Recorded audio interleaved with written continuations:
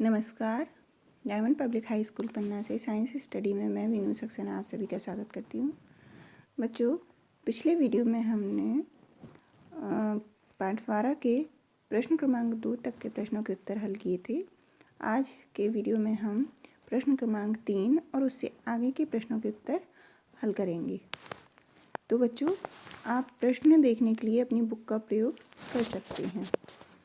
प्रश्न क्रमांक 3 है, पादपों में लैंगिक जनन के प्रक्रम को समझाइए। इसका उत्तर है, लैंगिक जनन के लिए पादप बीजों से प्राप्त होते हैं। लैंगिक जनन में नर और मादा युग्मकों के युग्मन से युग्मनज बनता है। यहाँ पर युग्मन से युग्मन बनता है लिखा है, यहाँ पर आपको जा और लिखना है, युग्मनज होता है वो, युग्मनज इधर पे जा और लिखना है। ओके, अगला प्रश्न है प्रश्न क्रमांक 4, अलैंगिक और लैंगिक जनन के बीच प्रमुख अंतर बताइए। वैसे तो देखो बच्चों, लैंगिक जनन की परिभाषा मैंने पहले ही बता दी है, तो लेकिन फिर से आंसर लिखते हैं अपन इसका। अलैंगिक जनन एक सरल प्रक्रिया है, लेकिन यौन प्रजनन एक जटिल प्रक्रिया है।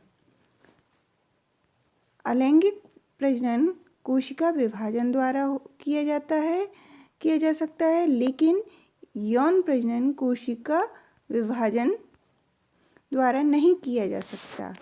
अगला है यौन प्रजनन या लैंगिक प्रजनन के लिए हमें नर और मादा युग्मक की आवश्यकता होती है, लेकिन अलैंगिक प्रजनन के लिए हमें युग्मक की आवश्यकता नहीं होती है।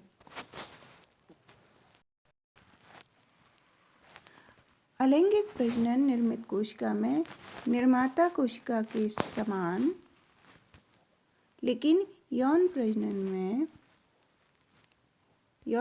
यानी लैंगिक प्रजनन में निर्मित कोशिका निर्माता कोशिका से अलग है। अब अगला प्रश्न क्रमांक 5 देखिए, किसी पुष्प का चित्र खींचकर उसमें जनन अंगों को नामांकित कीजिए। तो इसका उत्तर में आपको ये चित्र बनाना है पुंकेसर का। पुंकेसर 2 भागों से बना होता है। ये लंबा धागे के समान भाग पुतंतु कहलाता है, और ऊपर का येलो रंग का छोटा सा पार्ट, गुंडीनुमा पार्ट, परागकोश कहलाता है। इसी में एक और चित्र बनाएंगे आप। ये है स्त्री केसर का। स्त्री केसर में ये फूला हुआ भाग अंडाशय कहलाता है। उसके ऊपर लंबा भाग वर्तिकाग्र कहलाता है और ऊपर का भाग वर्तिकाग्र कहलाता है। इसे अगर इंग्लिश में पूछें तो ओवरी, स्टाइल और स्टिग्मा कहते हैं। जब हम ओवरी यानी अंडाशय को लंब में काटते हैं तो हमें बीज के समान ये संरचनाएं दिखाई देती हैं। इन्हें हम बीजांड या ओव्यूल कहते हैं।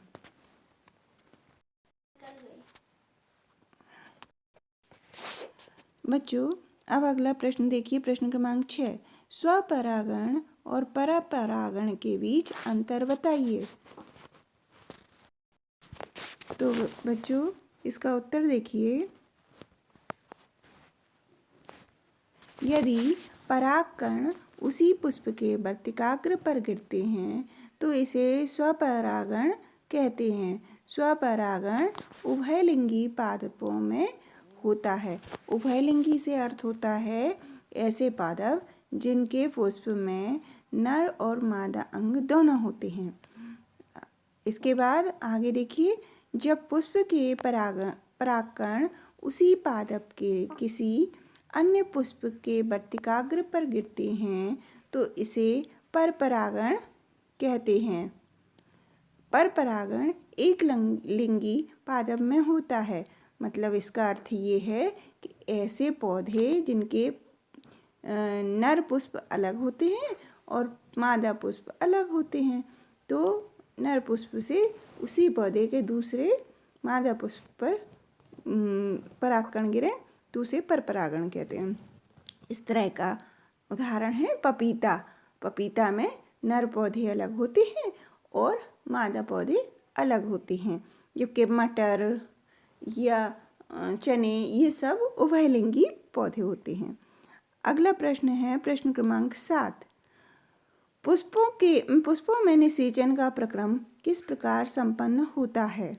तो इसका उत्तर है परागण की क्रिया के बाद वर्तिकाग्र पर पहुँचे पराग कणों का अंकुरण होता है, जिसके फलस्वरूप नर युग्मक पराग नलिका की सहायता से मादा युग्मक तक पहुँचता है।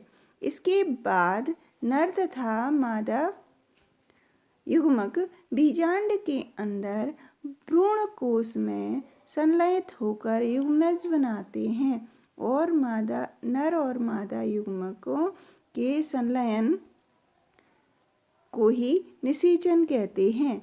निषेचन के प्रमुख चरण निम्न प्रकार हैं। पहला है परागकणों का अंकुरण, दूसरा है पराग नलिका का पथ, तीसरा है भ्रूण कोश में परागकण का पराग नलिका में प्रवेश। इधर पे परागकण लिखना छूट गया है। पराग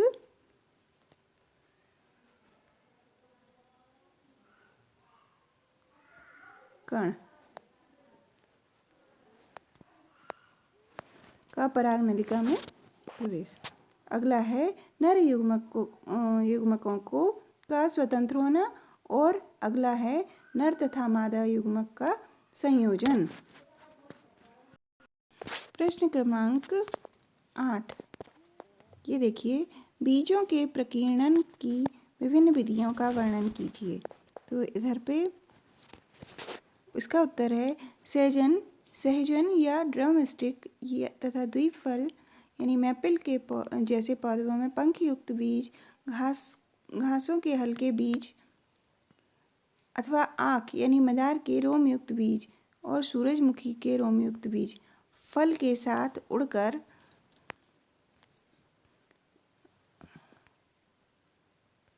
पवन के साथ उड़कर सुदूर स्थानों तक चले जाते हैं। दूसरा है कुछ बीज जल द्वारा प्रकीर्णित होते हैं।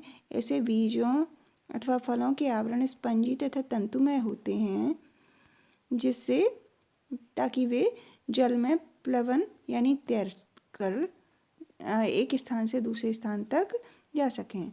उदाहरण के लिए नारियल। कुछ बीज जंतुओं के द्वारा प्रकीर्णित होते हैं, विशेष रूप से कंटकी या कांटेदार बीज जिनमें हुक जैसी संरचनाएं होती हैं, जिससे बीज जंतुओं के शरीर से चिपक जाते हैं और दूरस्थ स्थानों तक ले जाए जाते हैं। इसके उदाहरण यूरेना एवं जेंथियम हैं। कुछ पौधों के फल झटके के साथ फट जाते हैं, जिससे उनके अंदर स्थित बीज प्रकीर्णित हो जाते हैं। बीज जनक पादप से दूर जाकर गिरते हैं, जैसे एरंड और बालसम के पादप में ऐसा ही होता है। आज के वीडियो में बस इतना ही। अगले प्रश्नों के उत्तर हम अगले वीडियो में हल करेंगे।